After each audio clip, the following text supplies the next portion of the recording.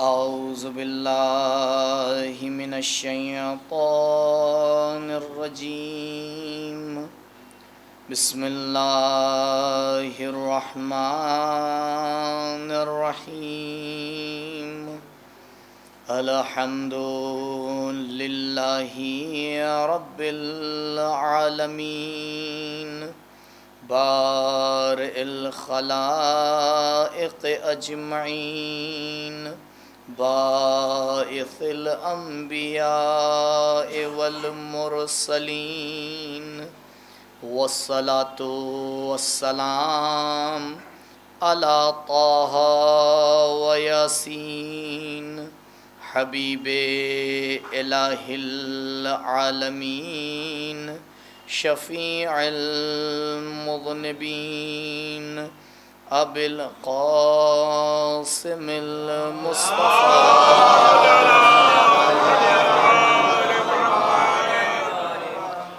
وعلى أهل بيته الأطيبين الأطهرين المعصومين المظلومين الذين أذهب الله عنهم الرجس وطهرهم تطهيرا.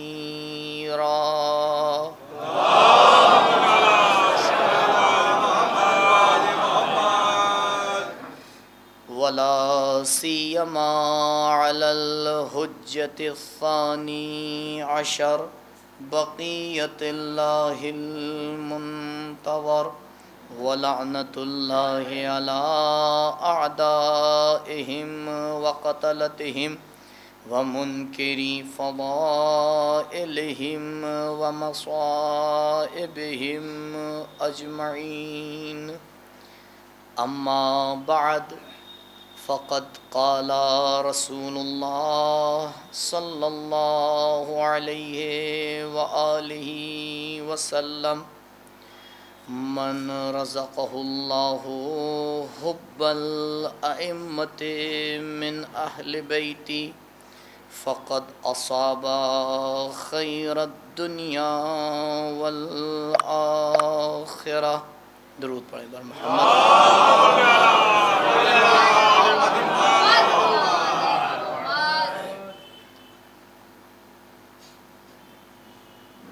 حضرت ختمی مرتبت محمد مصطفیٰ صلی اللہ علیہ وسلم اپنے اس نورانی بیان میں وہ لوگ کہ جن کو پروردگار نے محبت اہل بیت کی نعمت عطا کی ہے ان کی صفات کو بیان فرما رہے ہیں. کل اور پرسوں اس حدیث کے ذیل میں کچھ معروضات آپ کی خدمت میں پیش کیے اور 3 صفات کو آپ کی خدمت میں بیان کیا. کیونکہ روایت اس طرح سے ہے: من رزقہ اللہ حب الائمۃ من اہل بیتی. اگر کوئی انسان پروردگار اسے ان ائمہ کی محبت بطور رزق عطا کر دے جو میرے اہل بیت میں سے ہیں، فقد اصاب خیر الدنیا والآخرہ، تو دنیا اور آخرت دونوں کی خیر اس کو مل جائے گی. اور اس کے بعد آپ فرماتے ہیں: فلا یشکن احد کہ انہ لا يدخل الجنہ. اور کوئی اس بات میں شک نہ کرے کہ یہ انسان جنت میں نہیں جائے گا، وہ ضرور جنت میں جائے گا. اب ان 2 جملوں کے رابطے کے اوپر گفتگو تھی کہ محبت اہل بیت اور جنت میں جانا یا دنیا اور آخرت کی خیر کا حاصل ہو جانا، ان دونوں کا رابطہ کیا ہے؟ آخر کیا وجہ ہے؟ وہ کون سی ایسی چیز اس محبت میں چھپی ہوئی ہے؟ کیونکہ کوئی اثر ہوگا، کوئی بات ہوگی، کوئی وجہ ہوگی کہ جس کے نتیجے میں یہ چیز حاصل ہو رہی ہے۔ تو حضرت نے اس کے بعد آ کے اشارہ فرمایا فَإِنَّهُ، تو کل 3 صفات آپ کی خدمت میں پیش کی تھیں کہ جس کے دل میں یہ محبت موجود ہوگی، رسول فرما رہے ہیں کہ اس کے اندر 20 صفات پائی جائیں گی، 10 صفتیں دنیا میں اور 10 صفات آخرت میں۔ اور وہ ایسی صفات ہیں کہ اگر وہ 10 صفتیں کسی انسان میں آ جائیں تو پھر وہ جنت کو نہیں طلب کرتا، پھر جنت اس کی مشتاق ہو جاتی ہے۔ جناب سلمان محمدی کے لیے یہی تو روایت ہے کہ سلمان، لوگ جنت کے مشتاق ہوتے ہیں لیکن جنت کو اس بات کا شوق ہے کہ تم اس میں آ کر قیام کرو۔ تو مسئلہ پھر اس طرح سے ہو جاتا ہے، کیونکہ اس کی وجہ یہی ہے کہ وہ صفات ہی ایسی صفات ہیں کہ اگر آ جائیں تو پھر تب پتہ چلتا ہے۔ اور میں نے پہلی مجلس میں عرض کیا تھا آپ کی خدمت میں کہ وہ صفات اور وہ آثار ایک شے کی حقیقت کو بیان کرتے ہیں، یعنی آپ آثار کو دیکھتے جائیے، حقیقت کو سمجھتے جائیے۔ جیسے جیسے آثار اعلیٰ ہوتے چلے جائیں گے، خود سمجھ میں آ جائے گا کہ خود شے بھی اعلیٰ ہے۔ یہ تو ممکن ہی نہیں ہے کہ صفات عمدہ ہوں اور وہ شے عمدہ نہ ہو۔ اور جیسے جیسے صفات گرتے چلے جائیں گے، اس شے کی اہمیت بھی گرتی چلی جائے گی۔ تو کہا دیکھو، اگر تم کسی سے محبت کرتے ہو، اگر تم کسی کے اوپر عقیدہ رکھتے ہو، اگر تم کسی کو مانتے ہو، تو یہ تمام ایسی صفات ہیں کہ جس کا اظہار کا کوئی راستہ ہونا چاہیے، کیونکہ صرف عقیدے کو اپنے دل میں رکھ لینا کسی چیز کو ثابت نہیں کرتا۔ اور پروردگار جب انسان کوئی دعویٰ کرتا ہے تو اس کے لیے دلیل مانگتا ہے۔ جیسے ہی انسان دعویٰ کرتا ہے کہ پروردگار میرے اندر یہ صفت ہے، تو پروردگار فوراً امتحان لینا شروع کر دیتا ہے۔ کبھی کبھی کچھ لوگ آگے سوال کرتے ہیں کہ مولانا صاحب، جب سے ہم نے نماز پڑھنا شروع کی ہے بڑی مشکلیں آ گئی۔ دیکھیے اس کے 2 جواب ہیں، اور تقریباً اطمینان کے ساتھ کہہ سکتا ہوں کہ یہاں بھی کچھ لوگ ایسے ہوں گے کہ وہ جیسے ہی ارادہ کرتے ہیں کہ صراط مستقیم پہ چلنا شروع کریں اور نماز کی اور روزے کی ہر چیز کی پابندی شروع کریں، دوسرے دن سے گڑبڑ شروع ہو جاتی ہے۔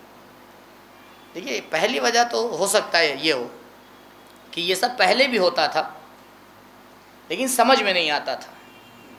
اب جب عبادت گزار ہوئے ہیں تو اب بصیرت اتنی کھل گئی ہے کہ سمجھ میں آنے لگا۔ تو ہو سکتا ہے یہ وجہ ہو کہ بھائی پہلے بھی یہی سب تھا لیکن اب سمجھ میں آ رہا ہے کہ ہاں یہ دنیا ہمارے ساتھ کیا کر رہی ہے، پہلے اسی میں کھوئے ہوئے تھے، سمجھ میں نہیں آ رہا تھا۔ نہیں، ہو سکتا ہے دوسری وجہ ہو، وہ یہ کہ اب جب اظہار کیا ہے کسی دعویٰ کا تو اب پروردگار امتحان لیتا ہے کہ یہ بتاؤ چند دن کے لیے ہوئے ہو یا نہیں، یہ صفت اب تمہارے اندر اتر گئی ہے۔ اگر چند دن کے لیے ہوگے تو نتیجہ یہی ہوگا کہ بھائی جب سے نماز شروع کی ہے تب سے مشکلات تو چھوڑ دو۔ تو کہا ہاں سمجھ میں آ گیا، تو دنیا کو پانے کے لیے نمازی بنے تھے، ہمیں خوش کرنے کے لیے نہیں بنے تھے۔ ہمیں خوش کرنے کے لیے بنے ہوتے تو پھر یہ تھوڑی دیکھتے کہ دنیا کیا کر رہی ہے۔ اور یہ ہے ایسا کہ پروردگار، آپ دیکھ لیں کچھ دعائیں ایسی ہیں جنہیں پروردگار قبول ہی نہیں کرتا۔ یہ تھوڑی ہے کہ ہم نے جو بھی دعا مانگ لی پروردگار قبول کر لے گا، نہیں، کچھ دعائیں ہیں وہ تو مانگنا ہی بیکار ہے اس کا۔ مثال کے طور پر ایک یہ دعا کوئی آ کے مانگے پروردگار میرا امتحان نہ لینا، ادھر سے جواب آئے گا تو خلق کیوں کیا ہے؟ سورہ مبارک ملک میں پروردگار بالکل کلیئر اعلان کر رہا ہے، خلق الموت والحیات لیبلوکم، موت اور حیات کو اس لیے خلق کیا ہے تاکہ امتحان لیا جائے۔ تو امتحان سے تو کوئی نہیں بھاگ سکتا، اور یہ عدالت پروردگار ہے کہ ہر کسی سے اتنا ہی امتحان لیتا ہے جتنی اس کی سکت ہے، اس سے زیادہ نہیں لیتا۔ کیونکہ وہ جانتا ہے کہ کس کو کتنی صلاحیت دی ہے. لہٰذا اگر لگے کہ پروردگار امتحان لے رہا ہے تو پہلے تو شکر کرنا چاہیے کہ پروردگار نے اس کو امتحان کے لائق سمجھا. کیونکہ ہم نے کلاس میں ایسے بھی بچے دیکھے ہیں جن سے ٹیچر ایگزام ہی نہیں لیتے، کہتے تم اس لائق ہی نہیں ہو، لائق ہی نہیں. جو جتنا زیادہ لائق ہوتا ہے اسے کہتے ہیں جیسا امتحان لینا ہے لے لیجیے. کوئی بھی چیک کرنے آتا ہے کہتے ہیں بیٹا تم کھڑے ہو، جو پوچھنا ہے پوچھ لیجیے. یہ کون سی بات ہے جو پوچھنا ہے پوچھ لیجیے؟ کہا ہمیں معلوم ہے اس کا ظرف کتنا ہے، ہمیں معلوم ہے. اسی لیے آپ دیکھیں جو خدا سے جتنے قریب تھے ان کے امتحانات اتنے ہی عظیم تھے. ان کے امتحانوں کی برابری کون کر سکتا ہے؟ کیوں؟ تو یہ تو کوئی دعا نہیں، یعنی یہ دعا عجیب ہے کہ پروردگار امتحان نہ لینا. نہیں، پروردگار امتحان تو لے گا. ہاں، پروردگار توفیق دینا کہ امتحان میں سر بلند ہو جائے، تیرے امتحان میں کامیاب ہو جائے، سر بلند ہو جائے. تو کہا یہ تو اگر کوئی انسان آ کے یہ کہہ رہا ہے کہ ہمارے پاس یہ چیز ہے، یہ صفت ہے، تو ہم تو دلیل مانگیں گے ضرور. اور جب تک کہ اظہار نہیں ہوگا سمجھ میں کہاں سے آئے گا؟ کہاں پروردگار، ہم تو اظہار کر رہے ہیں، زبان سے اظہار کر رہے ہیں. دیکھو زبان کے اظہار میں دو احتمال ہیں. ممکن ہے کہ جو زبان سے کہا جا رہا ہے وہ حقیقت ہو، اور ممکن ہے کہ جو زبان سے کہا جا رہا ہے وہ حقیقت نہ ہو. کیونکہ اگر ہر زبان ہر وقت سچی ہوتی تو پھر کائنات میں کسی ایک کا لقب صادق آل محمد نہ ہوتا. صلوات پڑھیے بر محمد.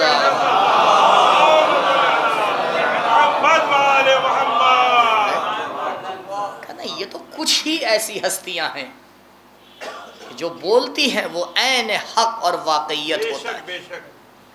تو عام انسان جو بھی کہے، اور چاہے بعض اوقات دلائل عجیب ہوتے ہیں، ہمیں لگتا ہے اگر کوئی کس کے کہے گا تو حق کہہ رہا ہے، اور اگر ذرا سا اس نے ہلکی آواز میں کہہ دیا تو لگتا ہے کہ مطلب ممبر ہلا نہیں. تو یہ کون سا حق کا معیار ہے بھائی؟ عجیب بات ہے. پروردگار جسے چاہتا ہے، قرآن کی آیات کو آپ دیکھیے تو پروردگار اس کے ساتھ نجوا کرتا ہے. نجوا کا مطلب پتہ ہے؟ نجوا یعنی تھوڑا بھونڈا ترجمہ ہے، کانا پھوسی، یعنی اس کے کان میں گفتگو کرتا ہے، چلایا نہیں جاتا. کیونکہ حق کا معیار نہ آواز کی بلندی ہے نہ آواز کا ہلکا ہونا ہے. کا حق کا معیار خود حق ہے. بے شک بے شک.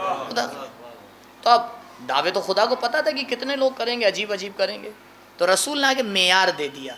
کہا ایک معیار دے رہا ہوں، جو بھی زبان سے آئے اور محبت کا دعویٰ کرے اور آ کے کہے کہ نہیں ہم ان ہستیوں کو چاہتے ہیں، تو پریشان نہ ہونا.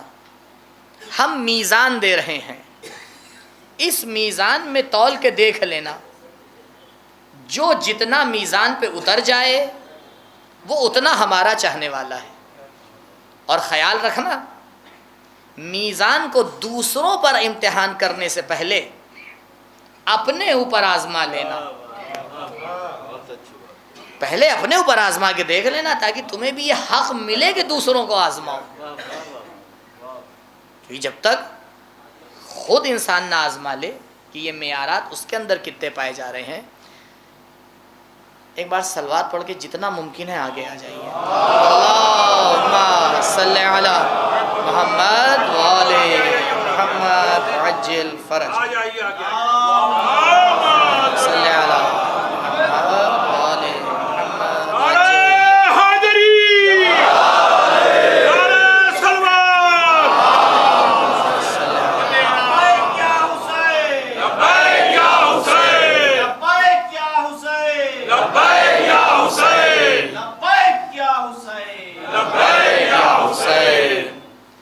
تو حضرت نے فرمایا دیکھو ان 20 صفات کو تم اس کے اندر دیکھنا، 10 دنیا کے لیے ہیں اور 10 آخرت کے لیے.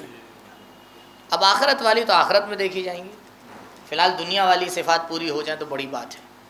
تو کل 3 صفتیں آپ کی خدمت میں عرض کی تھیں.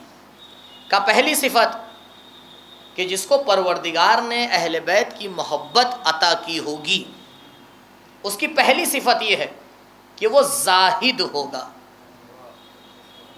2 معنی آپ کے سامنے عرض کیے تھے زاہد کے، کہ یا زاہد عن الدنیا ہوگا یا زاہد عن غیر اللہ ہوگا. کہ نیچے ہی والا آپ معنی لے لیجئے، وہ زاہد ہوگا یعنی اعراض کرے گا، اپنے چہرے کو موڑے گا دنیا سے. لیکن اس کا یہ مطلب نہیں ہے کہ وہ دنیا کو استعمال نہیں کرے گا. دنیا کو ضرورت کے مطابق استعمال کرے گا، لیکن اس سے دل نہیں لگائے گا، تاکہ جب اسے بلایا جائے تو بڑی آسانی سے آ جائے. اور جب اس سے پوچھا جائے کہ یہ بتاؤ موت تمہارے نزدیک کیسی ہے، تو پھر پلٹ کے جواب دے اہلا من الاصل. یہ شہد سے زیادہ شیرین ہے جو زاہد عن الدنیا ہوگا. کا دوسری صفت کا اس کے بعد عمل کے اعتبار سے اس کو دیکھنا، الرغبۃ فی العمل. دوسری صفت اس کے اندر یہ ہوگی کہ یہ سست نہیں ہوگا، یہ کاہل نہیں ہوگا، یہ آج کا کام کل پہ نہیں ٹالے گا، یہ عمل میں رغبت رکھتا ہوگا. عزیزوں، ایک عقلی قانون آپ کے سامنے بیان کرنا چاہ رہا ہوں، غور فرمائیے. ہمیں یہ لگتا ہے کہ اگر کوئی کام کسی وقت چھوٹ گیا تو یہ دوسرے وقت ہو جائے گا. بھائی نماز کی قضا ہے یا نہیں ہے؟ چلیے چھوٹ گئی، قضا کر لیں گے. میں اسی لیے نماز کی مثال دے رہا ہوں کہ جو ہمارے پرسنل کام ہے وہ آپ چھوڑ دیجیے، اس سے ہمیں کیا کام. فی الحال دیکھ لیں عبادت ہی دوبارہ ہو جائے. فرض کیجئے 2 رکعت نماز چھوٹ گئی، ٹھیک ہے آپ نے کہا چھوٹ تو گئی لیکن قضا کر لیں گے، دوبارہ پڑھ لیں گے. اب 9 10 11 بجے جب بھی اٹھے کا پہلا کام یہ ہے کہ نماز کو پڑھ لیا جائے، بعد میں کچھ کیا جائے، کیونکہ اللہ کا دن صبح سے شروع ہوتا ہے، ہمارا 10 بجے سے شروع ہوتا ہے. تو کہا بھیا تو نے اس ٹائم پہ سیٹ کیا ہے نماز کو، ہم نے اس ٹائم پہ سیٹ کر لیا ہے، کیا کیا جائے. خیر اب جیسے ہی اٹھا اس نے اچھا کام کیا، فوراً 2 رکعت نماز پڑھی. آپ بتائیے اس 2 رکعت نماز پڑھنے میں 5 منٹ لگے یا نہیں لگے؟ اگر اس نے وقت پہ نماز پڑھی ہوتی تو یہ 5 منٹ بچتے یا نہ بچتے؟ اس کا مطلب یہ ہے کہ چھوٹا ہوا کام دوبارہ ہو ہی نہیں سکتا، کیونکہ آپ جب کریں گے وہ کسی اور کام کا ٹائم ہے، اس کام کا ٹائم نہیں ہے. آپ جب بھی کریں گے بھائی، آپ دوسرے ٹائم کو کسی اور ٹائم کے لیے بزی کیے دے رہے ہیں. پروردگار نے اس ٹائم کو کسی ایک کام کے لیے رکھا تھا. اس لیے عزیزوں، محبت اہل بیت کو دل میں رکھنے والا کام کو اپنے وقت پہ کرتا ہے، چھوڑتا ہی نہیں ہے تاکہ دوبارہ کسی اور وقت پہ کرنے کی نوبت آئے. آپ دیکھ لیے جتنے بھی اصحاب ہیں، جتنے بھی علی کے چاہنے والے، ہمیشہ ان کے کردار میں یہ ملے گا آپ کو، کام وقت پر ہوتا ہے. کام وقت پہ ہونے کا مطلب یہ ہوتا ہے کہ جو اس کا وقت پروردگار نے مقرر اور معین کیا. الرغبۃ فی العمل، اور یہ وہی کر سکتا ہے جو عمل میں رغبت رکھتا ہو، کام کرنے میں اس کی چاہت ہو، اس کا دل چاہے. روایت ہے کہ مومن سست نہیں ہوتا، سست نہیں ہوتا. بڑی آسانی سے بہانہ بنا لیا جاتا ہے، کوئی کام نہیں ہے. ارے یہ سب سے چھوٹا کام ہماری زندگی میں کیا ہے، بلکہ ہم تو اسے کام نہیں کہتے. کیا ہے؟ سو جانا. سونا کام ہے؟ ہاں سونا تو کوئی کام نہیں ہے نا. لیکن سونا واقعاً سونا ہے اگر اس کو سمجھا جائے. اگر سونا کام نہیں ہے، عمل نہیں ہے، تو پھر کیسے اس کے ذریعے مرضی پروردگار خرید لی؟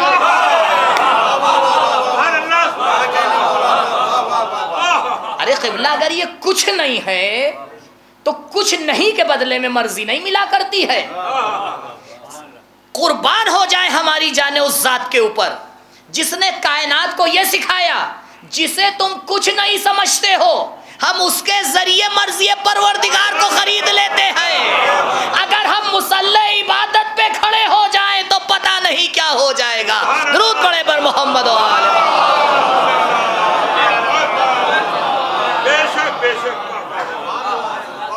دیکھو ہم ایسے عمل کر کے دکھاتے ہیں، اور تو تمہیں یہی نہیں معلوم کہ کب اٹھنا ہے، کب جاگنا ہے، کب سونا ہے، کس ٹائم کا کیا وقت ہے۔ عزیزو یہ اہم ہے، صرف زبان سے آ کے اپنے آپ کو محب اہل بیت کہہ دینا کافی نہیں ہے، وہ تو شروعات ہوتی ہے امتحانات کی۔ جب انسان یہ دعویٰ کرتا ہے تب یہ چیزیں شروع ہوتی ہیں۔ یہ دوسری صفت۔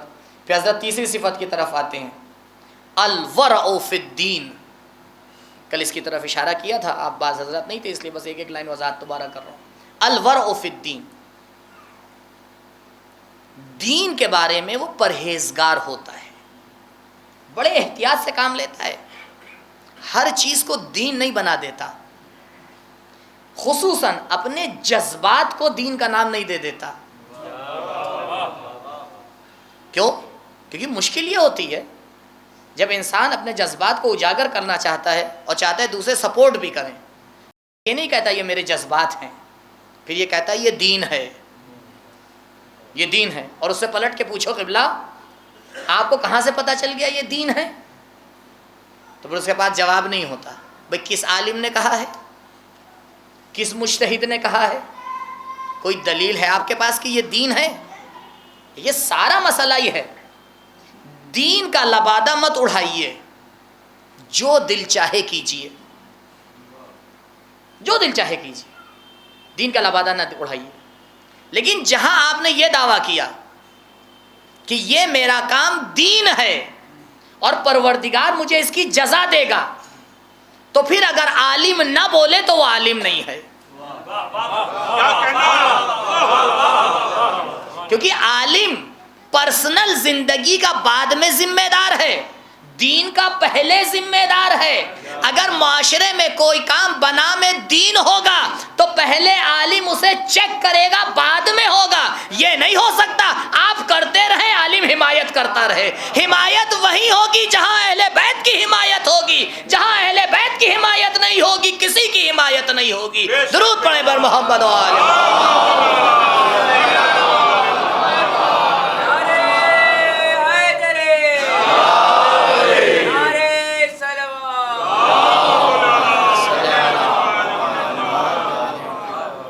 الورع فی الدین، محب اہل بیت کی ایک صفت یہ ہوتی ہے کہ وہ دین کے بارے میں ورع رکھتا ہے، ہر چیز کو دین نہیں بنا دیتا ہے، اپنی پرسنل جذبات کو دین نہیں بنا دیتا ہے، یہ اچھا لگ گیا تو دین ہو گیا، یہ اچھا نہیں لگا تو دین سے باہر ہو گیا۔ بارہا میں اس جملے کو کہتا ہوں کہ پروردگار کی توفیق، چند دن اس نے یہ توفیق عطا کی کہ کچھ انسان حاصل کرے، لیکن جب واپس ہم وہاں سے آتے ہیں تو ہمیں پتہ چلتا ہے ہم نے کچھ سیکھا ہی نہیں، کیونکہ یہاں اتنا عالمانہ دین رائج ہوتا ہے کہ ہم خود کنفیوز ہو جاتے ہیں کہ بھیا وہ جو وہاں کتابوں میں پڑھا ہے وہ صحیح ہے یا جو یہاں چل رہا ہے وہ صحیح ہے۔ پھر ہمیں یہ لگتا ہے کہ شاید پروردگار نے 2 نبی بھیجے ہیں، ایک وہاں کے لیے بھیجا تھا، انہیں اپنے اصول بیان کر دیے، ایک شاید یہاں کے لیے بھیجا تھا اور اس کے اصول بالکل الگ ہیں۔ عزیزوں، دین جذبات پہ چلنے کا نام نہیں ہے، دین جذبات کو کنٹرول کرنے کا نام ہے۔ بہت فرق ہے۔ جذبات کہتے ہیں آگ کہیں بھی اٹھ جائے، دین کہتا ہے جہاں اجازت دے وہاں اٹھے۔ جذبات کہتے ہیں ہر چیز کا جواب دے دیا جائے، دین کہتا ہے ہر چیز کا جواب نہیں دیا جاتا۔ جذبات کہتے ہیں جو بھی آواز آئے سن لی جائے، دین کہتا ہے ہر آواز سننے کی اجازت نہیں ہے۔ جذبات کہتے ہیں جو بھی مل جائے کھا لیا جائے، دین ہر کھانے کی اجازت نہیں دیتا ہے۔ تو عزیزو، دین جذبات پہ چلنے کا نام نہیں ہے، دین جذبات کو کنٹرول کرنے کا نام ہے۔ جو جذبات کو کنٹرول نہ کر پائے وہ دیندار کیسے ہو سکتا ہے، اور جو دیندار نہ ہو والی والا کیسے ہو سکتا ہے؟ درود پڑھے بر محمد و آل محمد۔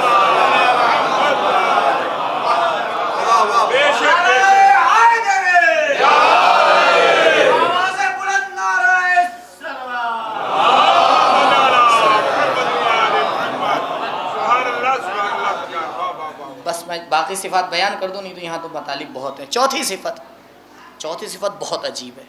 حضرت فرماتے ہیں اس انسان کی چوتھی صفت یہ ہے کہ وہ توبہ کرتا ہے۔ اگر اتنا ہی ہوتا تو کوئی تعجب کی بات نہیں تھی۔ حضرت فرماتے ہیں التوبۃ قبل العمل، معذرت التوبۃ قبل الفوت، لفظ قبل الموت، موت سے پہلے وہ توبہ کرتا ہے، موت سے پہلے توبہ کرتا ہے۔ اگر صرف توبہ کہہ دیتے تو بات حل تھی، کہ نہیں، موت سے پہلے توبہ کرتا ہے۔ اب غور فرمائیے کتنی باریکی ہے اس جملے کے اندر۔ دنیا کا نظام یہ ہے کہ آج ایڈمیشن کے ساتھ ایگزام کی ڈیٹ بتا دی جاتی ہے، اور جو اسکول یہ کام کرے ہم اسے بڑا ترقی یافتہ اسکول مانتے ہیں، کہ صرف وہ ایڈمیشن کے ٹائم وہ یہ نہیں بتاتا ہے کہ آپ کے بچے کو کب آنا ہے، وہ کہتا ہے آپ کے بچے کو کب امتحان دینا ہے۔ وہ 6 مہینے بعد، 1 سال بعد، 8 مہینے بعد کی ڈیٹ دے دیتا ہے کہ ابھی سے آپ جو ہے وہ اپنا شیڈیول بنا لیا۔ ہم کہتے ہیں بڑا ترقی یافتہ اسکول ہے کہ 8 مہینے پہلے ہی بتا دیا کہ ایگزام کب ہوں گے۔ یہ نظام دنیا ہے۔ نظام پروردگار بالکل اس کے الٹا ہے۔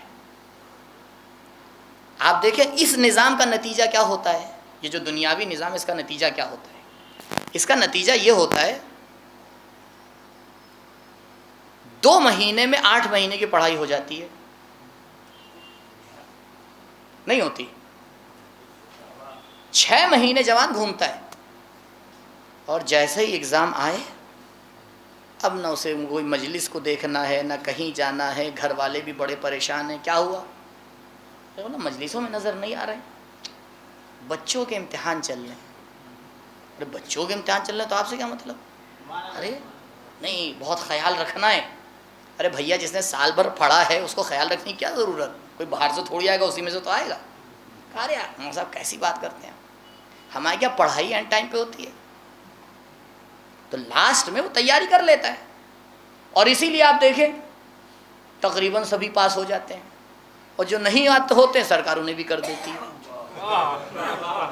البتہ اب چینج ہو گیا ہے، لیکن ایسا چلا 4-5 سال تک تو یہی چلا ہے نا۔ اب آپ نے اس کا نقصان دیکھا کیا ہوا کہ آپ ایگزام لے کے یہ نہیں پتہ لگا سکتے کہ واقعاً اس میں صلاحیت آئی ہے یا نہیں۔ بھیا جس نے بھاگ دوڑ میں سیکھا ہے وہ بھاگ دوڑ میں بھول بھی جائے گا۔ اگر صحیح سے دھیرے دھیرے سیکھا ہوتا تو پروردگار بچے کو پیدا کرنے کے بعد ہی اس کو کھانا دے سکتا تھا۔ دھیرے دھیرے سے پرورش پانا ہے تاکہ مضبوط بن کے نکلے۔ تو جو پڑھائی ایسے ہوگی اس کے نتائج کیسے ہوں گے وہ آپ کو پتہ ہے۔ تو کیا ہوا؟ مشکل یہ کھڑی ہوئی کہ ایگزام کا ٹائم پہلے سے بتا دیا، لیکن ایک اسکول نے نظام یہ بنایا کہ بھائی دیکھیے ہمارے ایگزام کا کوئی ٹائم نہیں، ہم جب چاہیں گے اسٹوڈنٹ سے ایگزام لے لیں گے۔ اب بتائیے ماں باپ کا کیا حال ہوگا؟ اب جو ٹیوٹر فقط 2 مہینے آتا تھا وہ اب ہر روز آئے گا، کیونکہ پتہ نہیں کب امتحان لے لیا جائے۔ تو اب صلاحیت بنے گی یا پہلے بنے گی؟ بھئی عقل کیا کہہ رہی ہے؟ اب صلاحیت بڑی اچھی ہوگی۔ اسی لیے جو کامیاب ٹیچر ہوتے ہیں وہ یہ نہیں بتاتے ہیں، وہ ایک دم سے کھڑا کر کے سوال کر لیتے ہیں۔ یہ الہی طریقہ ہے کہ ہمارے امتحان کا نام ہے موت، اور موت کا ٹائم ہم نہیں بتائیں گے کہ تم 1 مہینہ پہلے سے تیاری شروع کر دو، تمہیں ہر لمحہ تیار رہنا پڑے گا۔ اسی لیے رسول نے فرمایا التوبۃ قبل الموت۔ علی کا چاہنے والا وہ ہوتا ہے جو موت سے پہلے توبہ کر لیتا ہے، یعنی ہر وقت توبہ کی حالت میں رہتا ہے، پتہ نہیں موت کب آ جائے۔ درود پڑھے بر محمد و آل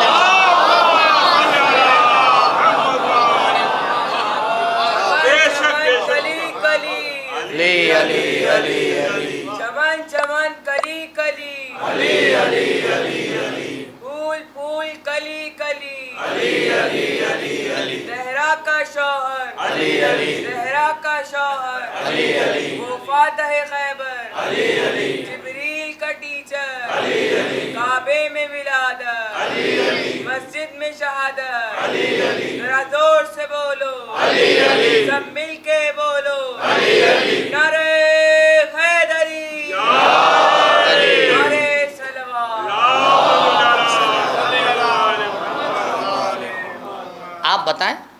کیا تربیت کا اس سے بہتر فارمولہ ہو سکتا ہے؟ ہو ہی نہیں سکتا. انسان ایک لمحہ جب کچھ غلط راستے پہ جانا چاہ رہا ہے سوچ لے کہ اگر اسی لمحہ موت آ گئی تو کیا ہوگا. حجت ناطق امام جعفر صادق علیہ السلام،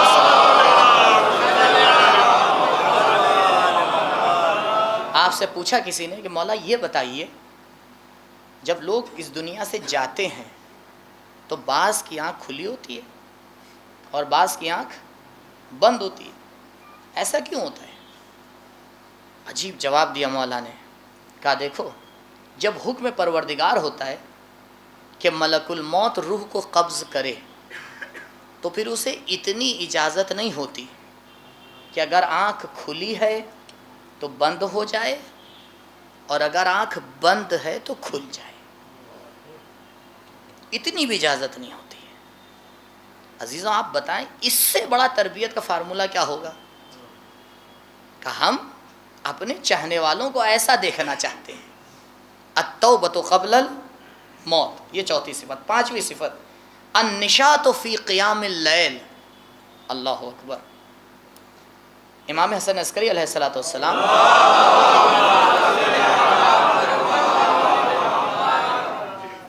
آپ سے ایک روایت ہے جس میں آپ نے مومن کی 5 نشانیاں بیان کی ہیں. 5 نشانیاں بیان کی ہیں جس میں سے ایک نشانی زیارت اربعین ہے. اب اربعین کے ایام نزدیک آنے والے ہیں تو آپ دیکھیے گا آپ کو جگہ جگہ یہ روایت مل جائے گی امام سے. لیکن مسئلہ یہ کہ امام نے اس میں 5 نشانیاں بیان کی ہیں، ہم ایک ہی نشانی کو لے لیتے ہیں کہ بھائی اربعین کی زیارت پہ جانا ہے. بے شک جائیں انشاءاللہ، آپ جائیں اور پروردگار سب کو توفیق دے گا انشاءاللہ زیارت پہ جائیں. لیکن اس میں مولا نے ایک صفت اور بیان کی ہے، الصلاۃ 51، کہ مومن کی ایک نشانی یہ ہے کہ وہ 51 رکعت نماز پڑھتا ہے. مولا 17 رکعت تو پڑھوا لیجئے. تو مولا کہیں گے ٹھیک ہے 17 رکعت پڑھ لو، مومن نہیں رہو گے. یہ مومن کی نشانی ہے نا کہ 17 رکعت، کہیں تو واجب ہے اور اس کی جسٹ ڈبل یعنی 34 رکعت کیا ہے؟ مستحب ہے. اور اسی لیے تعجب نہ کیجیے گا کہ مستحب کا ثواب بہت سی جگہ واجب سے زیادہ ہوتا ہے. مستحب کا ثواب بہت زیادہ ہوتا ہے. سلام کرنا واجب ہے مستحب؟ مستحب. جواب دینا ثواب کس کا زیادہ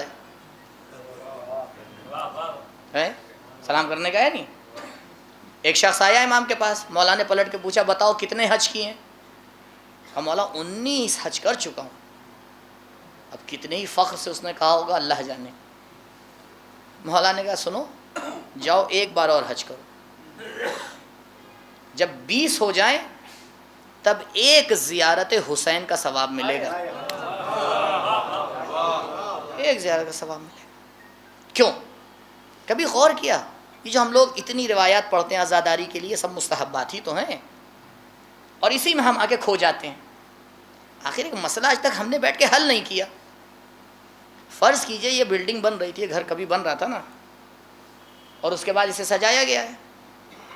تو ایک ہوتا ہے گھر کا مین فاؤنڈیشن اور اس کے بعد ہوتی ہے اس کی سجاوٹ. ابھی یہ گھر بن رہا تھا، پلر کھڑے ہوئے تھے، دیواریں پوری نہیں ہوئی تھیں، ابھی چھت بھی پوری نہیں ہوئی تھی. ایک صاحب آ گئے شامیانہ لگانے کے لیے اور کپڑے لگانے کے لیے اور اس کو سجانے کے لیے اور پوسٹر لے کے آ کے. میں نے کہا قبلہ کیا کرنے جا رہے ہیں آپ؟ کہا اس کو میں سجانے جا رہا ہوں. کہا بھائی رک جائیے، پہلے پورا ہو جائے پھر سجائیے گا. سجاوٹ اصل کے بعد ہوتی ہے. یہ دنیا کا قانون ہے یا نہیں؟ تو بھائی عبادت میں بھی یہ قانون چلتا ہے. واجبات ہیں اصل، مستحبات ہے اس کی سجاوٹ. کہا دیکھو ہم نے اس لیے مستحبات کا ثواب زیادہ رکھا ہے کیونکہ مستحب کا ثواب دیتے ہی تب ہے جب تم واجبات پہ عمل کر لو. واجبات کو ترک کر کے مستحبات کا ثواب نہیں دیا جاتا ہے. بھائی جو پہلے ہی فیل ہو جائے اسے الگ سے نمبر نہیں دیے جاتے ہیں، نمبر اس کے بڑھائے جاتے ہیں جو کچھ تو لے کے آیا ہو. آ کے جب گفتگو، ارے آپ کو نہیں پتا مولانا صاحب آزاداری کے کتنے ثواب ہے، ہمیں سکھانے چلیں؟ ابھی عربی کی عبارت ہاتھ میں تھما دیں تو یہ نہیں پتا چلے گا سیدھی کدھر سے الٹی کدھر سے، اتنے ثواب ہے اتنے ثواب ہے. میں نے کہا جی بے شک، لیکن یہ سارے ثواب موقوف ہیں اس 2 رکعت نماز صبح کے اوپر، اس احترام والدین کے اوپر، اس پڑوسی کے صلہ رحم کے اوپر جو واجبات میں آتا ہے. واجبات کو ترک کر کے کوئی انسان یہ سوچے کہ مستحبات کا اس کو نتیجہ مل جائے گا، یہ اسلامی قانون کے خلاف ہے. کیسے ممکن ہے؟ یہ بالکل پروردگار نے سیدھا سیدھا قانون بنایا ہے کہ پہلے واجبات کو عمل کرو. مثال کے طور پر ایک صاحب کو بڑا شوق ہے نماز شب پڑھنے کا، کیونکہ روایت میں نماز شبی کا جملہ آیا ہے، اور بڑے ذوق اور شوق سے نماز شب پڑھی، اس کے بعد سو گئے، کیونکہ نماز شب کا ٹائم تو آدھی رات سے شروع ہو جاتا ہے. سو گئے، اس کے بعد اٹھے صبح 10 بجے. بھائی یہ کون سی نماز شب ہے؟ بھائی اسی لیے تو نماز شب کی فضیلت کا وقت نماز صبح کے پاس رکھا گیا ہے، تاکہ ایسا نہ ہو یہ ادا ہو جائے وہ رہ جائے. یہ رہ جائے کوئی مسئلہ نہیں ہے، ولو یہ 11 رکعت ہے لیکن وہ 2 رکعت ہونا چاہیے. اب شب کو ہمارا جوان جو بھی کرتا رہے، کہا تم جو بھی کر رہے ہو اس کا ثواب ہم روکے رہیں گے. کب دیں گے؟ جب صبح 2 رکعت پڑھنے کے بعد کہو گے السلام علیکم ورحمۃ اللہ وبرکاتہ. اب اصل کا بھی ملے گا ثواب، فر کا بھی ملے گا، کیونکہ فر اصل کے اوپر ٹکا ہوتا ہے. اسی لیے دیکھیے رسول کیا فرما رہے ہیں، محبت اہل بیت رکھنے والا انسان النشاط فی قیام اللیل، پہلی بات نماز شب اس کی ترک نہیں ہوتی. تو بھائی جس کی نماز شب ترک نہیں ہو رہی ہے، دن بھر کا نافلہ اس سے ترک ہوگا، اور جس سے دن بھر کا نافلہ ترک نہیں ہو رہا اس سے نماز واجب ترک ہوگی. بھائی حضرت نے، بھائی امام سب کی حدیث ایک ہی تو ہیں. آپ یہ فرما رہے ہیں، ادھر سے 11ویں امام کیا فرما رہے ہیں کہ مومن کی نشانی ہے 51 رکعت نماز، یہی تو فرما رہے ہیں. لیکن اس میں ایک صفت ہے، یعنی اس روایت کو دیکھتے ہوئے مومن کی علامت نماز شب نہیں ہے بلکہ کوئی اور چیز ہے. نماز شب کو خوشی کے ساتھ پڑھنا، یعنی رسول فرما رہے النشاط فی صلاۃ اللیل، نہ صرف وہ نماز شب پڑھتا ہو بلکہ نماز شب کو اپنی دل کی خوشی کے ساتھ پڑھتا ہو، سوتے ہوئے نہ پڑھتا ہو. نہیں، جو ہمارا چاہنے والا ہوتا ہے وہ اس طرح سے نماز شب کو ادا کرتا ہے. اس کے بعد 5ویں صفت فرماتے ہیں الیاس مما فی اید الناس. 5ویں صفت اس کی ہے کہ جو لوگوں کے ہاتھ میں ہوتا ہے ہمیشہ اس سے مایوس رہتا ہے، اس کی طرف دل نہیں لگاتا، کیونکہ اس کو بھروسہ کس پر ہے؟ اس کا لوگوں کے پاس کیا ہے اس پہ بھروسہ نہیں ہوتا ہے، اس کا بھروسہ اپنے پروردگار پر ہوتا ہے. کیونکہ اس کو معلوم ہے کہ لوگوں کے پاس جو کچھ ہے وہ اسی کا دیا ہوا ہے جس کے اوپر میں بھروسہ کر رہا ہوں. تو اگر وہ دوسروں کو دے سکتا ہے تو مجھے بھی دے سکتا ہے، اور اگر نہیں دے رہا ہے تو ضرور اس میں کوئی مصلحت ہے. عزیزوں یہ مصلحت والا مسئلہ بڑا ٹیڑھا ہے. نہ اس سے یہ سمجھیے گا کہ دعا کا چیپٹر بند ہو جاتا ہے، نہ اس سے یہ سمجھیے گا کہ جو ہم مانگتے ہیں وہی مل جاتا ہے. ادعونی استجب لکم، قرآن جب یہ دعویٰ کر رہا ہے کہ تم مانگو ہم تمہیں عطا کریں گے، تو ہم مانگیے پروردگار عطا کرے گا. کہ ہم سے مانگو، ادھر ادھر جا کے دل نہ لگاؤ، اس سے مانگو وہ دے گا. اور اگر نہیں دے رہا ہے تو سمجھ لینا مصلحت نہ دینے میں ہے، کیونکہ اگر دے دیں گے تو جب ظرف کامل نہیں ہوگا اور اس سے زیادہ اس میں پانی ڈال دیا جائے گا تو پانی پہ ظرف میں نہیں رکتا ہے، چھلک کے باہر آ جاتا ہے.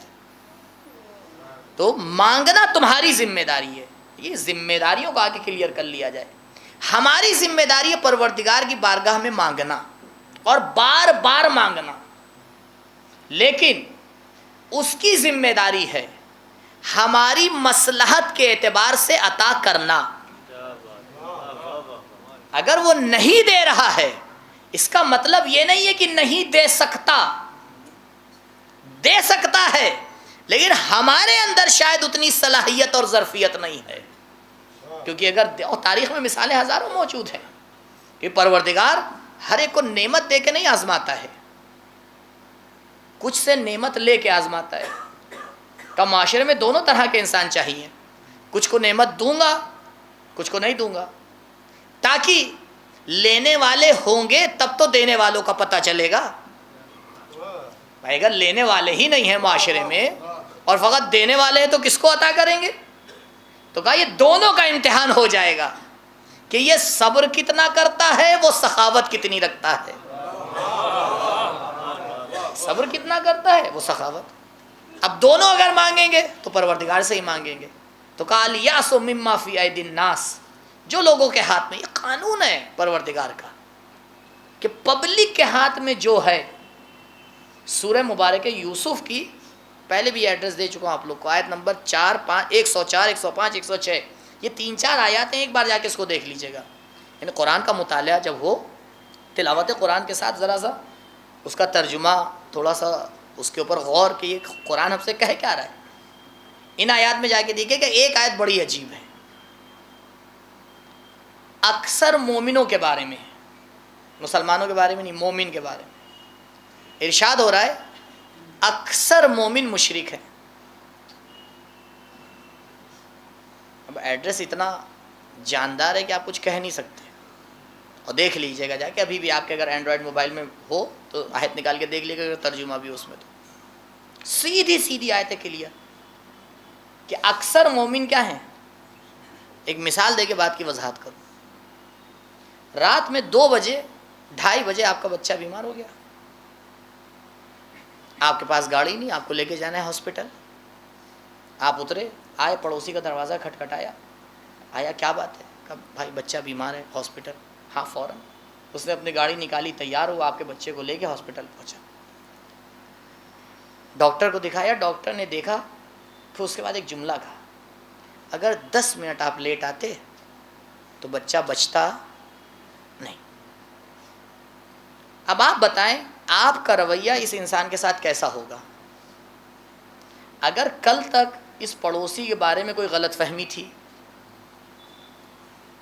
کل اگر آپ کسی کے ساتھ ملتے اس کے سامنے، اب آپ کی ملاقات ہوئی، آپ کھڑے ہیں، آپ کا پڑوسی کھڑا ہوا ہے، کوئی تیسرا ملا، سلام علیکم، بات چیت شروع ہوئی کہ آپ ان کو پہچانتے کا نہیں. اب یہ بعد میں کہا جائے گا یہ میرا پڑوسی ہے، کہ آپ انہیں نہیں جانتے، انہی نے میرے بچے کی جان بچا لی. یہی کہا جائے گا یا نہیں؟ یہ ہمارے پڑوس میں ہے. جیسے ہی یہ جملہ کہا، پروردگار نے امتحان لے لیا. کہا یہ بتاؤ پڑوسی نے جان بچائی ہے یا ہم نے بچائی ہے؟ اگر ہم لینا چاہتے تو وہ بچا نہیں سکتا تھا، اور اگر ہم بچانا چاہتے تو کوئی لے نہیں سکتا تھا.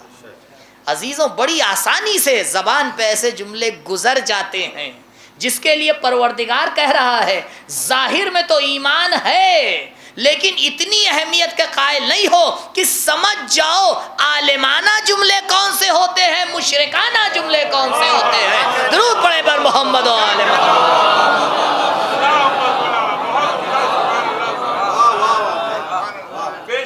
آپ دیکھیں واقعا اگر کوئی کہیں کام کرتا ہے، اس کا رویہ اپنے باس کے ساتھ کیسا ہوتا ہے؟ سر سب کچھ آپ ہی ہیں، اوپر سے ایک مسکراہٹ آتی ہے، اچھا سب کچھ یہی ہے تو بھی لے لینا ان سے. یہی ہے، یہی امام فرما رہے ہیں. کہا دیکھو زبان کٹ جاتی ہے، بدلتی نہیں ہے. یہ ہوتے ہیں علی والے. کہا یہ تو خیال ہی نہیں کرتے کہ کون کیا کر رہا ہے ان کے ساتھ، وہ یہ دیکھتے رہتے پروردگار ان کے لیے کیا چاہتا ہے، کیونکہ ان کا پورا بھروسہ ہے خدا جو فیصلہ لیتا ہے بہترین ہوتا ہے. درود پڑھے بر محمد.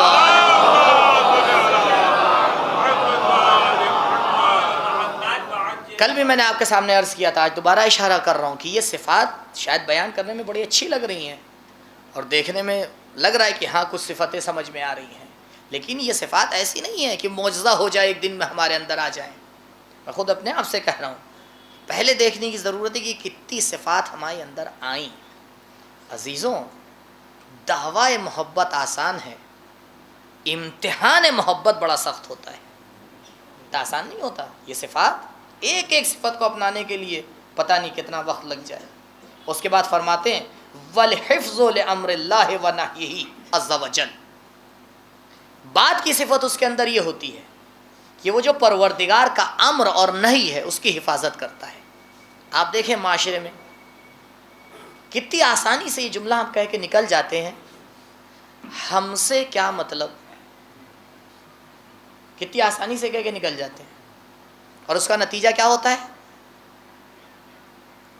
اگر کوئی پڑوس میں لگی ہوئی آگ کو نہ بجھائے اور یہ سوچ کے بیٹھا رہے کہ وہاں لگی ہے ہم سے کیا مطلب، تو آگ وہاں پہ رکتی نہیں ہے، کل وہ اپنے گھر تک بھی پہنچ جاتی ہے۔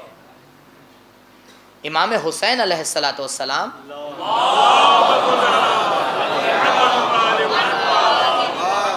آپ جب مدینے سے نکلے ہیں تو آپ ایک بار جا کے دیکھ لیے، آپ نے اپنے بھائی جناب محمد حنفیہ سے ایک وصیت کی ہے، اور اس وصیت میں آ کے آپ نے پورا کلیئر کیا ہے کہ میں کیوں نکل رہا ہوں۔ اگر کسی کو سمجھنا ہے کہ امام حسین علیہ السلام کربلا کیوں آئے ہیں، جا کے اس کو دیکھ لیں۔ اس میں ایک مین جملہ ہے، حضرت فرماتے ہیں اریدو، میں نے ارادہ کیا ہے، ان آمر بالمعروف وانہا عن المنکر، کہ میں امر بالمعروف کروں اور نہی عن المنکر کروں۔ یہ تو ہو ہی نہیں سکتا کہ ہر انسان آ کے یہ کہہ دے کہ نہیں میں کچھ نہیں کر سکتا۔ باہر نہیں کر سکتا تو اپنے گھر میں تو کر سکتا ہے، اور باہر جو بھی ہوتا ہے وہ گھر سے ہی نکل کے آتا ہے۔ تو اگر گھر پہ کنٹرول ہو جائے تو باہر معاشرہ خود بخود کنٹرول ہو جائے گا۔ امام فرما رہے ہیں کہ دیکھو جس کے دل میں محبت ہوتی ہے وہ اس کے اوپر عمل کرتا ہے۔ اب خود اس کے اندر بڑی تفصیلات ہیں، امر بالمعروف کے شرائط کیا ہیں، طریقہ کار کیا ہے، لیکن یہ اصل مسئلہ تو حل ہونا چاہیے۔ امام نے بڑی پیاری مثال دی، چھٹے امام نے فرماتے ہیں کہ دیکھو امر بالمعروف کے لیے کہ اگر چند لوگ کشتی پہ سوار ہیں اور اس میں سے کوئی ایک یہ چاہے کہ جہاں پہ بیٹھا ہے وہاں چھید کر دے، تو بتاؤ دو دوسرے لوگ بیٹھے اسے روکیں گے یا نہیں روکیں گے؟ کہا کیوں روکیں گے؟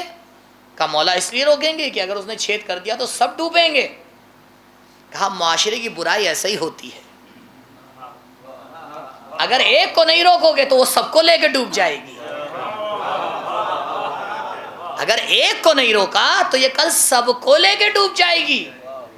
جب ملائکہ آئے اور نبی سے کہا کہ یا نبی اللہ آپ اس شہر کو چھوڑ دیجئے کیونکہ ہم صبح یہاں اپنا عذاب نازل کرنے والے ہیں، آپ اور آپ کے فیملی والے بس ان کو لے کے نکلیے گا اور کوئی نہیں۔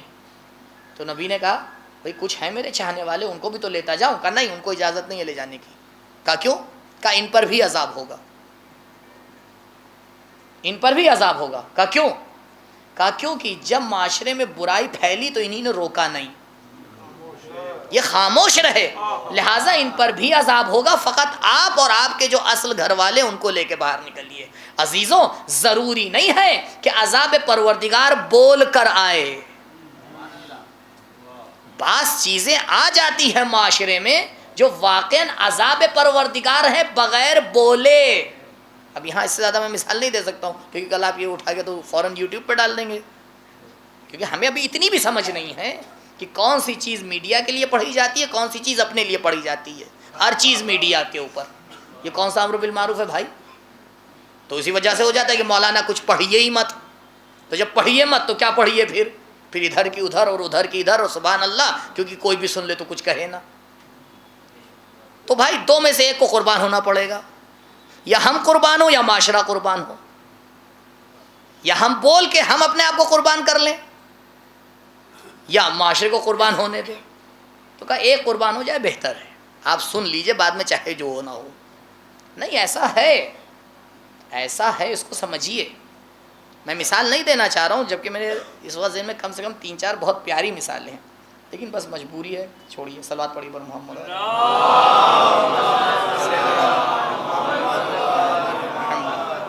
اتا سے یہاں تک کہ 8 صفتیں بیان کر دی۔ 9ویں صفت اتا سے 9ویں صفت بغض الدنیا، عجیب ہے، یہ پہلی صفت کے ایک دم اپوزٹ میں بیان کر رہا ہوں۔ اس سے سمجھ میں آئے گا کہ پہلی والی صفت کا معنی دوسرا والا معنی زیادہ صحیح ہے. خیر یہ علمی بحث چھوڑیے. نویں صفت کا نویں صفت یہ ہے جس کے دل میں محبت اہل بیت ہو اس کی نویں صفت یہ ہے کہ اس کے دل میں بغض دنیا ہوتا ہے. حب دنیا نہیں ہوتا, بغض دنیا ہوتا ہے. اس کا مطلب کیا ہے؟ اس کا مطلب یہ تھوڑی کہ دنیا کے ساتھ وہ دشمنی کرنے لگتا ہے. دیکھیے اگر کوئی دشمن ہے اور آپ مجبور ہو جائیں اس سے بات چیت کرنے پہ, کتنی دیر بات کریں گے؟ ضرورت کے مطابق یا ضرورت سے زیادہ؟ اگر کوئی دشمن ہے آپ مجبور ہو جائیں اس سے کچھ لینے کے لیے تو ضرورت کے مطابق لیں گے یا اس سے زیادہ؟ یعنی کم سے کم پہ ہاتھ کو روکیں گے یا بڑھائیں گے؟ کہ دیکھو جس سے دشمنی ہوتی ہے اس سے ہاتھ کھول کے نہیں لیا جاتا, اس سے ہاتھ روک کے لیا جاتا ہے. دنیا کی دشمنی کا مطلب یہ ہے ہاتھ کھول کے دنیا کو نہ لے لینا, جتنی ضرورت ہے اتنا دنیا کو لینا. دنیا کو ہاتھ روک کے لینے والی جگہ ہے. اگر ہاتھ کھول دیا تو آج تمہارے گھر کو بگاڑے گی, کل معاشرے کو بگاڑے گی. یہ دنیا بڑی خطرناک چیز ہے, لہٰذا پہلے ہی بتائے دے رہے ہیں دشمن سمجھ کے معاملہ کرنا, دوست سمجھ کے معاملہ نہ کرنا. درود پڑھے بر محمد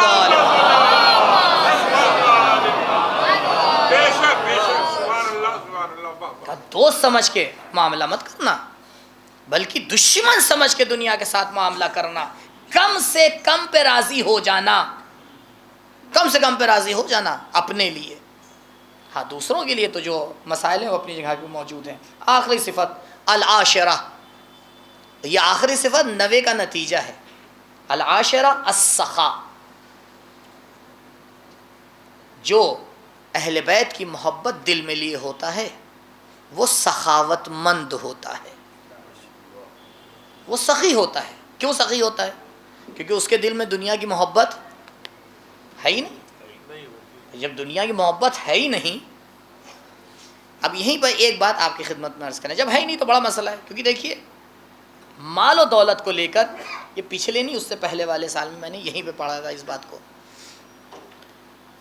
مال و دولت کو لے کر تھوڑا سا کانسیپٹ کلیئر کرنے کی ضرورت ہے. ایک کانسیپٹ ہے ملکیت کا, مالک ہونا, اور یہی ہوتا بھی ہے, اور ہم لوگ اسی ورڈ کو یوز بھی کرتے ہیں کہ آپ کتنے پیسے کے مالک ہیں, آپ کتنے پیسے کے مالک ہیں. دیکھیے ملکیت کا مطلب ہوتا ہے اختیار. اگر ہم کسی چیز کے مالک ہیں تو یعنی ہمیں اس کا پورا اختیار ہے, ورنہ مالک ہونے کا فائدہ کیا؟ بھئی جو جس چیز کا مالک ہے وہ اس کا اختیار میں ہوتا ہے. اسی لیے اگر آپ کو کسی کی کوئی چیز استعمال کرنا ہے, وہ آپ اس کے مالک نہیں ہے, کوئی اور مالک ہے, تو پہلے اجازت لینا پڑتی ہے. ایسے ہی تھوڑی بغیر اجازت کے, یعنی پہلے اجازت لینا پڑے گی, نہیں تو حق الناس ہو جائے گا. حق الناس میں ہی ایک چیز اور بیان کر دوں میں, کئی دفعہ جو ہم لوگ آتے ہیں یہاں, بہرحال جگہ کم ہوتی ہے, چپلیں زیادہ ہوتی ہیں, تو ہر کوئی ایسے اتارتا ہوا چلا آتا ہے. اب جو واپس جا رہا تھا وہ بڑے احتیاط سے جاتا ہے الحمدللہ, پیر زمین پہ نہ پڑے. کہاں پڑے؟ دوسروں کے جوتوں پہ پڑے. یہ ہے حق الناس. کل پوچھا جائے گا, جی حق الناس ہے, کل پوچھا جائے گا. اس لیے میں کوشش کرتا ہوں ایسی جگہ رکھوں جہاں کسی کا پیر ہی نہیں پہنچے, نہ رہے گا باس نہ بچے گی باس. ہاں تو کیوں دوسروں کو بھائی مصیبت میں ڈالا جائے؟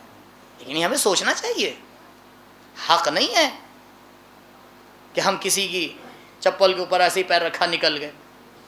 کہ قبلہ ان کو برا نہیں لگے گا, برا لگنا بات کی بات ہے, پہلے اسے پتہ تو لگے کہ کس نے کیا ہے, بعد میں دیکھا جائے گا. یہ حق الناس, کیونکہ وہ اس کا مالک ہے. جب مالک ہے تو بغیر اس کی اجازت کے نہیں ہو سکتا. پانی کے مسئلے میں مثال کے طور پر ایک اسکول کی ٹنکی کے اوپر لکھا لگائے کہ اس اسکول کی ٹنکی سے صرف اسکول کا بچے اور اسٹاف ہی یوز کر سکتے ہیں. مومن پہنچا بڑے شان سے, آستینیں اٹھائیں, وضو کیا, بڑی قرت کے ساتھ نماز پڑھی. میں نے دیکھا قبلہ دوبارہ پڑھی ہے. ارے مول صاحب اتنی عاشقانہ نماز آپ دوبارہ پڑھوا رہے ہیں. میں نے کہا جس پانی سے آپ نے وضو کیا تھا وہ مباح نہیں تھا آپ کے لیے, پھر سے کریے. وہ پانی آپ کے لیے نہیں تھا. یہ اسلام کا حکم ہے. اگر مباح پانی موجود نہیں ہے تو تیمم کیجئے. اسلام اتنی سی اجازت نہیں دیتا ایک دوسرے کے مال میں دخل اندازی کرنے کے لیے. پوری ملکیت غائب ہو جاتی ہے. پوری زمین غائب, پورا گھر غائب. عجیب ہے, یہ مومن کی صفات عجیب ہے. تو اگر ملکیت ہے تو اختیار ہے, اگر ملکیت نہیں ہے تو اختیار نہیں. یہ قانون ہے. آپ جس کے مالک ہیں اس کو آپ کو پورا اختیار ہے. آدھے مالک ہیں, آدھا اختیار ہے. 1/3 مالک ہے, 1/3 اختیار ہے. آپ کسی کے ساتھ مل کے کوئی پراپرٹی کا کام کر رہے ہیں, آدھے مالک ہیں, تو آدھے کا وہ ہے, آدھے کے آپ ہیں. تو اختیار اتنا ہی چلے گا جتنی ملکیت ہوگی. ٹھیک ہے. آئیے ایک دوسرا کانسیپٹ. ایک کانسیپٹ ہے امانت داری کا اسلام میں, اور بڑا اہم ہے. پروردگار اہل بیت کو امین اللہ بیان کرتا ہے. زیارت امین اللہ جا کے دیکھیں مفاتی کے اندر, مولا کائنات علیہ الصلوۃ والسلام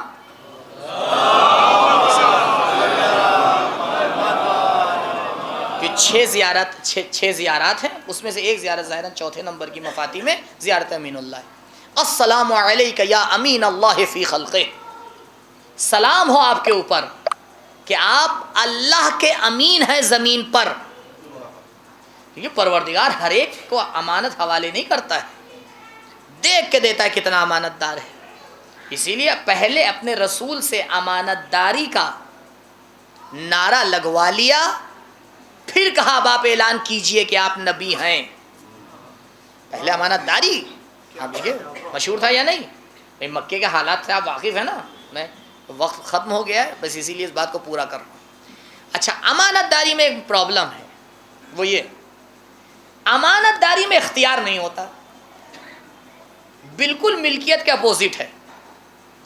اگر کوئی محرم میں اپنے گاؤں جا رہا ہے اور آپ کے گھر, جو اس کے گھر میں تھوڑا سا سونا چاندی پیسہ ہے, وہ آپ کے پاس رکھ کے چلا گیا کہ بھائی گھر بند ہے, 10-12 دن بعد عزاداری کر کے آئیں گے تو لے لیں گے, آپ ہو گئے امانت دار. جو چیز رکھی گئی وہ ہو گئی امانت, آپ ہیں امین.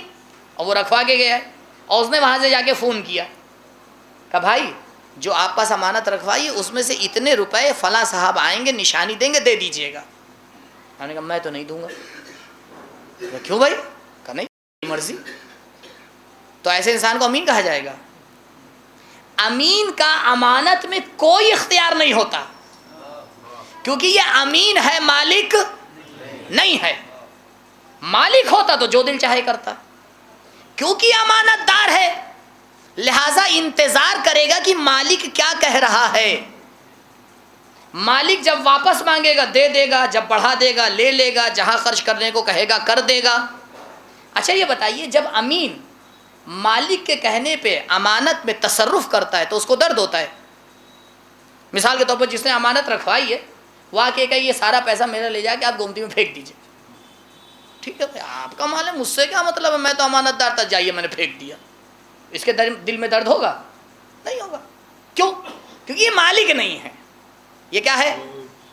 یہ امانت دار ہے. میں اس لیے زیادہ تکرار کر رہا ہوں تاکہ بات ذہن میں بیٹھ جائے. یہ مالک نہیں ہے, امانت دار ہے. تو فرق یہ ہوا, جو مالک ہوتا ہے وہ صاحب اختیار ہوتا ہے, جو امین ہوتا ہے وہ مالک کی مرضی کو دیکھتا ہے, وہ صاحب اختیار نہیں ہوتا. اب ہم اور آپ خود فیصلہ لے لیں. یہ جو چند درہم و دینار پروردگار نے ہمیں دے دیے ہیں, ہم اس کے مالک ہیں یا امانت دار ہیں؟ ارے قبلہ, ہم تو اپنی سانس کے بھی مالک نہیں ہیں. کب کہاں پہ رک جائے, کب کہاں پہ اتر جائے. کہا جو اپنے اوپر اختیار نہ رکھتا ہو وہ اپنے مال و دولت پہ کہاں سے اختیار رکھتا ہوگا. کہا پہلے کانسیپٹ کو چینج کرو. تم مال و دولت کو لے کے امانت دار بنائے گئے ہو, مالک نہیں بنائے گئے ہو. درود پڑھے پر محمد و آل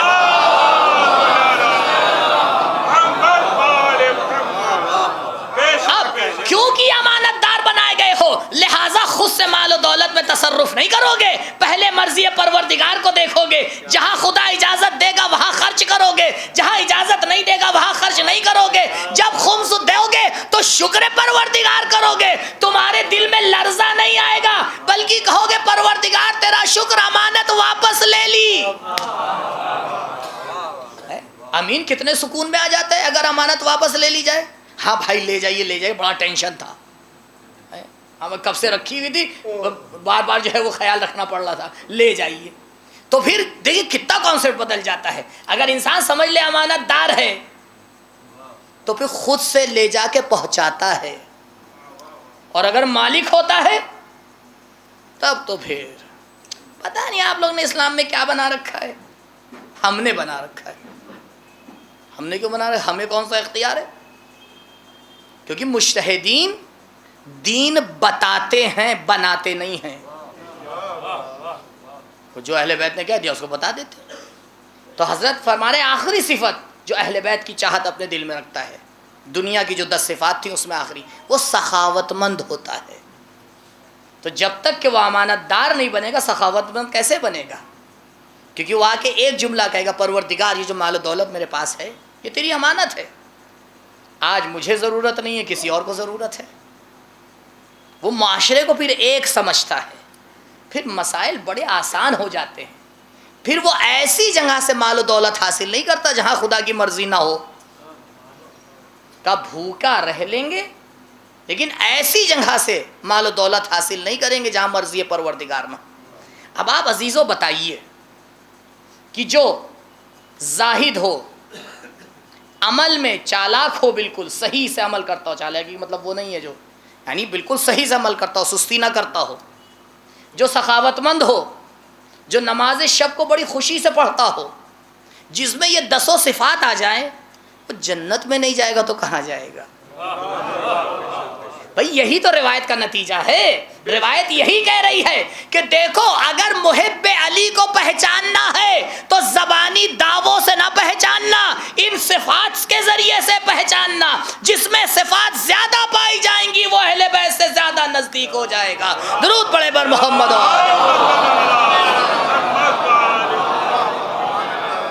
وہ اہل بیت سے زیادہ نزدیک ہو جائے گا. اسی لیے وہ ہستیاں سب سے زیادہ نزدیک تھیں کہ جن کے پاس یہ صفات سب سے زیادہ تھی.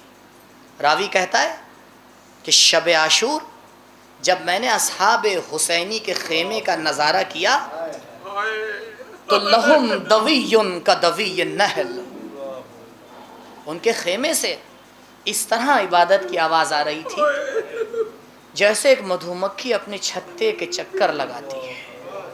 ما بین راکع و ساجد و قائم, کوئی حالت سجدہ میں تھا, کوئی حالت رکوع میں تھا, کوئی حالت قیام میں تھا.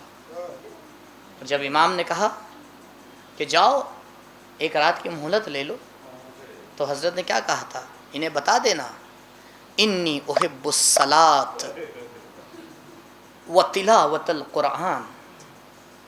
حسین نماز کو بہت چاہتے ہیں, تلاوت قرآن کو بہت چاہتے ہیں. یہ کیسے ممکن ہو کہ حسین ایک چیز کو چاہیں اور حسین کا عزادار اسے نہ چاہے؟ یہ ہو ہی نہیں سکتا. ہاں عزاداروں, یہ جو رات بھر عبادت ہوتی رہی یہ شوق جنت میں نہیں تھی, کیونکہ جنت تو دکھائی جا چکی تھی. یہ خوف جہنم میں نہیں تھی, کیونکہ جہنم سے تو ان کا کوئی واسطہ ہی نہیں تھا, بلکہ یہ محبت حسین اور خدائے حسین میں تھی. جب عشق الہی میں اور عشق اہل بیت میں عبادت ہوتی ہے تو پھر اس کا طریقہ ہی بدل جاتا ہے. پیر سے تیر نکال لیا جاتا ہے, احساس تک نہیں ہوتا.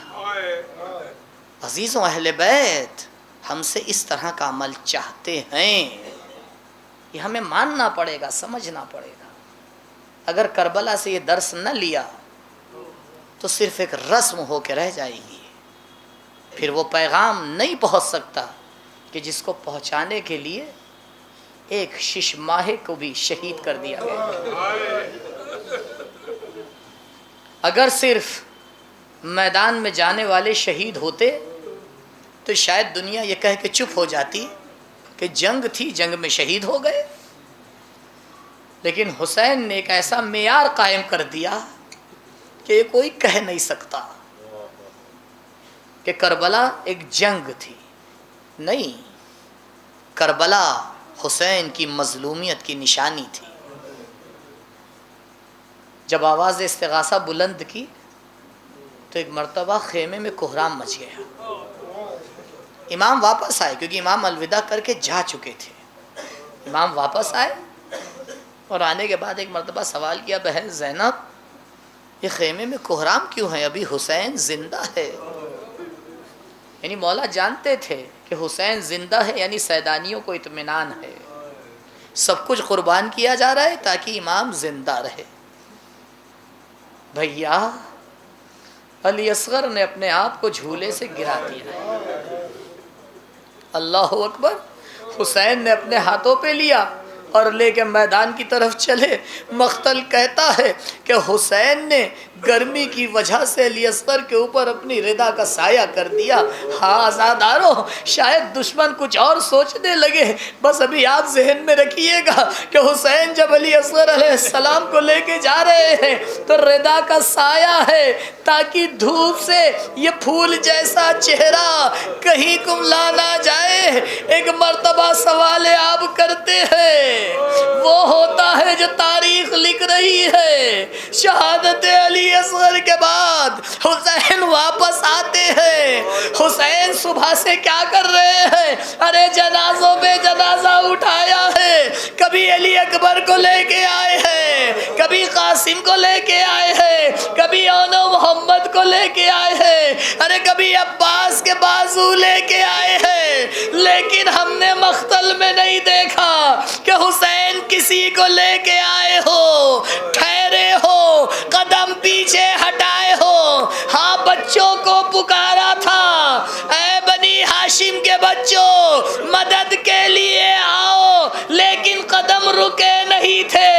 نامعلوم اس ننھی سی لاش میں کتنا وزن تھا۔ انا للہ و انا الیہ راجعون۔ حسین قدم آگے بڑھاتے ہیں، پیچھے ہٹا لیتے ہیں۔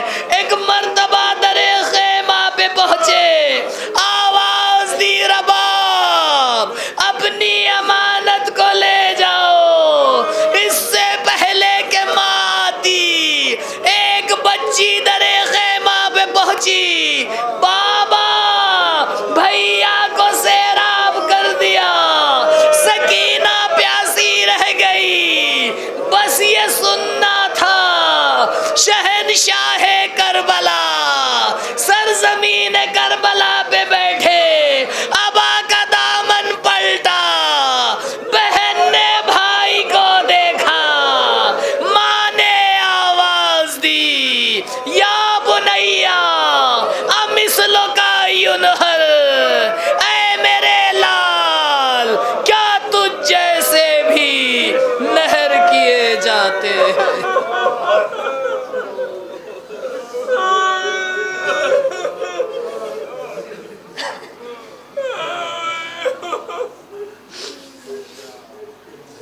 سيعلم الذين ظلموا أي منقلب ينقلبون إنا لله وإنا إليه راجعون رضا بقضائه وتسليما لأمره لا معبود سواك يا غياث المستغيثين۔ بار الہ امام کے ظہور میں تعجیل فرما، ہمارا نام ان کے اعوان انصار میں شمار فرما۔ پروردگار پرچم اسلام کو سر بلند فرما، پرچم کفر و نفاق کو سرنگوں فرما۔ اے میرے پالنے والے، تیری توحید کے ماننے والے اس دنیا میں جہاں جہاں بھی ہیں، ان کی جان مال عزت و آبرو کی محافظت فرما۔ پروردگار علماء اعلام کا سایہ ہمارے سروں پہ باقی رکھ، مملکت اسلامیہ کا تحفظ فرما۔ پروردگار جب ہم اس دنیا سے جائیں تو ایک ہاتھ میں قرآن، دوسرے میں دامن اہل بیت ہو۔ بار الہ محبت اہل بیت عزاداری سید الشہداء تا قیامت ہماری نسلوں میں باقی رکھ۔ پروردگار ہمارے گناہان صغیرہ اور کبیرہ کی مغفرت فرما۔ پروردگار ہماری پہلی اور آخری دعا تیری بارگاہ میں یہی ہے، امام کے ظہور میں تعجیل فرما، ہمارا نام ان کے اعوان و انصار میں شمار فرما۔ ربنا تقبل منا انکا انت السمیع العلیم۔